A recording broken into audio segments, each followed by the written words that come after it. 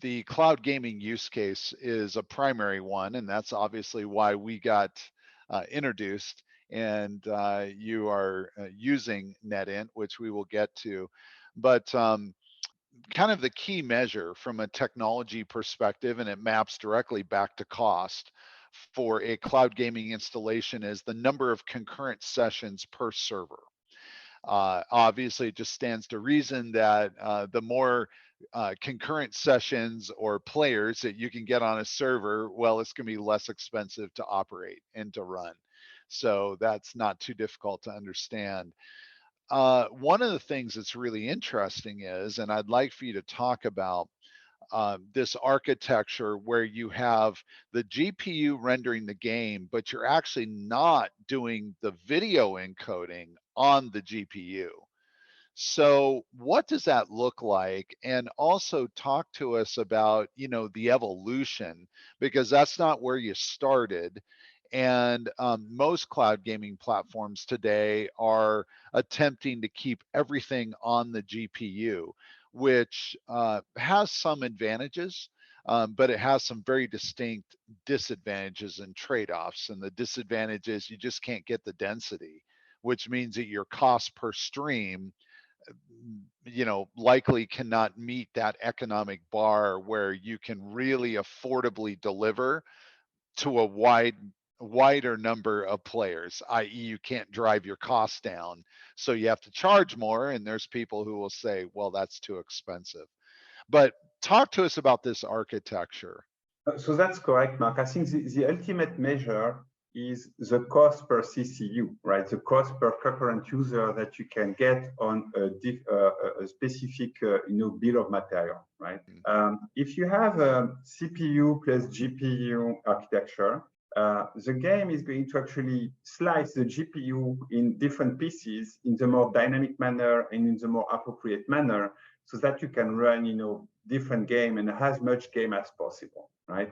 So typically, if you get on standard GPU, you can run probably a big game, let's say a large game, and you can cut, the GPU in 4 pieces.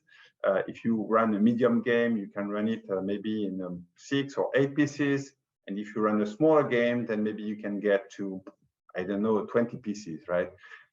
There is some limits on how much you can slice the GPU for the GPU to be still, efficient. And likely, for example, the NVIDIA license allows you to slice one GPU in 24 pieces, but that's it, right? So there is some limits in this architecture because it all rely on the GPU.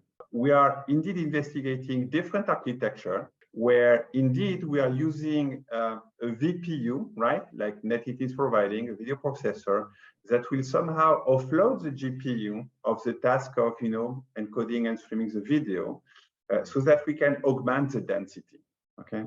And we see it, as in terms of full architecture as something which will be a bit more flexible.